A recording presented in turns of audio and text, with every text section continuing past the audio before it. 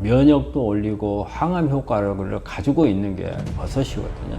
표고버섯도 있고 뭐 상황버섯, 차가버섯. 근데 음식으로 먹는 버섯 중에서는 아마 표고버섯이 가장 좋은 걸로 돼 있어요.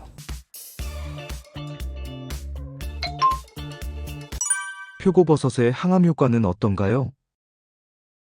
우리 암 환자분들한테 버섯은 상당히 면역도 올리고 항암 효과를 가지고 있는 게 버섯이거든요. 근데 우리가 그 중에서도 이제 몇 가지 버섯을 우리가 이제 더 항암 효과 있는 걸로 치잖아요. 보면은 이제 우리가 일반적으로 뭐 표고버섯도 있고 뭐 상황버섯, 차가버섯 이런 부분들이 상당히 효과가 있는 걸로 돼 있는데, 그 상황버섯이나 차가버섯은 우리가 먹는 음식은 아니잖아요. 근데 음식으로 먹는 버섯 중에서는 아마 표고버섯이 가장 좋은 걸로 돼 있어요. 근데 그 외에 다른 버섯도 뭐 우리가 이제 효과를 검증을 해보면 좋은 것도 있어요. 근데 이제 우리 표고버섯이 일반적으로 보면은 베타글루칸이 많죠. 그래서 가장 제품으로도 같이 많이 나와 있는 게 표고버섯이죠. 그래서 이제 표고버섯 같은 경우는 이제 면역을 높여주는 효과, 특히 이제 대식세포나 수지상세포, NK세포를 활성화시키는 그런 효과를 가지고 있고요. 표고버섯의 베타글루칸은 자실체에 많아요. 근데 균사체, 우리가 자실체라고 하는 건요, 그 표고버섯 그 나무에 이렇게 박혀 있잖아요. 박혀 있는 우리가 먹는 거, 이걸 자실체라고 그래요. 그 다음에 그 뿌리를 균사체라고 그래요. 균사체를 가지고 만든 게 보면 우리 제품으로 나와 있는 게 AHCC죠. 이 AHCC는 표고 균사체고 알파글루칸이에요. 그래서 우리가 베타글루칸, 알파글루칸 다 면역을 높이는 작용을 가지고 있는 표고버섯 속에 들어있는 성분들이에요. 다 이런 것들 수지상 세포라는데 면역 세포를 활성화시키는 그런 효과를 가지고 있고, 또 항산화 효과도 가지고 있고, 그리고 버섯을 많이 먹게 되면 우리 비타민 D를 생성하는 효과가 상당히 높아지거든요. 우리가 비타민 D는 모든 방법을 다 써야 돼요. 먹는 것도 먹고, 필요하면 주사도 맞고, 햇빛도 많이 보고, 그 다음에 음식 속에 있는 것도 많이 섭취를 해야 되거든요. 그 중에 하나가 이 표고버섯이 될 수가 있습니다. 표고버섯의 항암 효과를 입증한 논문이 있나요? 표고버섯에 대해서 항암 효과는 대개 일본에서 연구한 게 참 많습니다. 후코이단도 그렇고, 이 다당체들을 일본이 연구를 많이 하거든요. 표고버섯도 다당체가 많으니까. 거기에서 이제 연구한 그런 자료도 많은데, 그 중에 하나 2009년도에 나온 거예요. 이것도 이제 메타 분석이거든요. 논문들을 모아가지고 효능을 여러 논문들을 비교를 해서 하는 건데, 이 표고버섯에 보면은 대상을 위수술을 하지 못한 환자, 그리고 위암인데 재발한 환자, 이 환자들을 650명을 대상으로 해가지고 어떤 효과가 나는가를 본 논문이 되겠거든요. 이때 논문 결과가 사망률을 약 한 20% 정도 줄여주는 그런 효과가 있더라. 이거는 숫자가 상당히 많이 했거든요.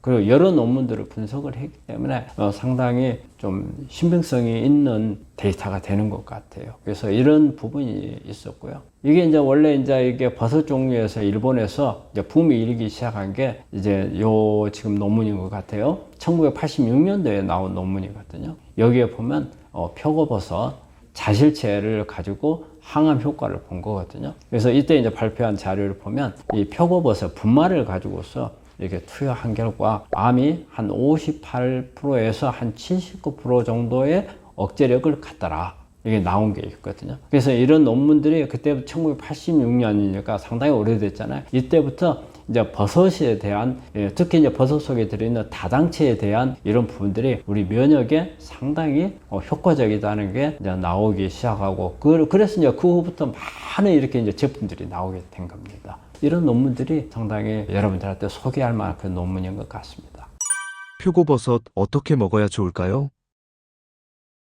우리가 버섯을 갖다가 보면 먹을 때 뭐 그냥 먹는 분들도 있어요. 그리고 살짝 데쳐갖고 먹기도 하고 하는데, 표고버섯은 가능한 한 익혀서 먹는 것을 권합니다. 왜냐면요, 표고버섯에서는요, 일단 익히지 않았을 때는 잘못하면 피부염을 일으킬 수 있는 그런 성분들이 좀 들어있어요. 특히 표고 이게 어때요? 이제 위에 있는 뭉퉁한 부분이 있잖아요. 여기에 보면은 쫙쫙 금이 가 있잖아요. 예, 이걸 먹었을 때, 이게 설익었을 때는 잘못하면은 피부염을 일으켜요. 그래서 항상 익혀서 드시는 게 좋겠다는 것을 말씀드리고요. 아마 우리가 이제 미역국을 끓인다든지 아니면은 어떤 야채 이 물을 만들 때 여기에다가 표고버섯을 익힌 것을 같이 넣어서 하는 게 좋겠고, 그리고 먹는 거는요, 뭐든지 너무 많이 먹는 것은 좋은 게 아닙니다. 그래서 보통 주 한 3회에서 한 5회 정도, 많은 양을 말고 한 50g 이 정도를 먹는 게 항암 효과를 높이는 데는 도움이 되리라 생각을 합니다. 표고버섯을 먹을 때 주의할 점이 있나요?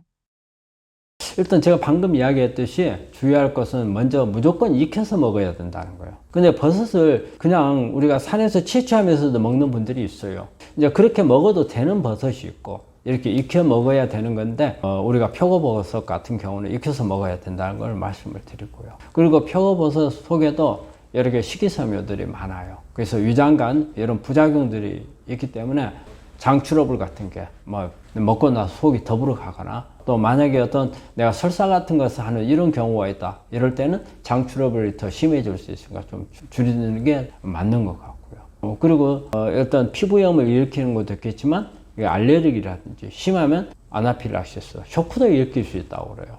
이런 부분들도 좀 염두에 두시고, 내가 평소 때 알레르기 반응이 잘 일어나신 분들은 좀 그 점도 참고를 하시는 게 좋겠고, 우리가 표고버섯은 이제 여러 나라에서 많이 재배를 하잖아요. 그렇기 때문에 우리 원산지도 좀 잘 보고, 혹시 중금속이라든지 어떤 다른 오염이 있을 수가 있기 때문에 원산지를 꼭 잘 좀 확인하셨으면 합니다.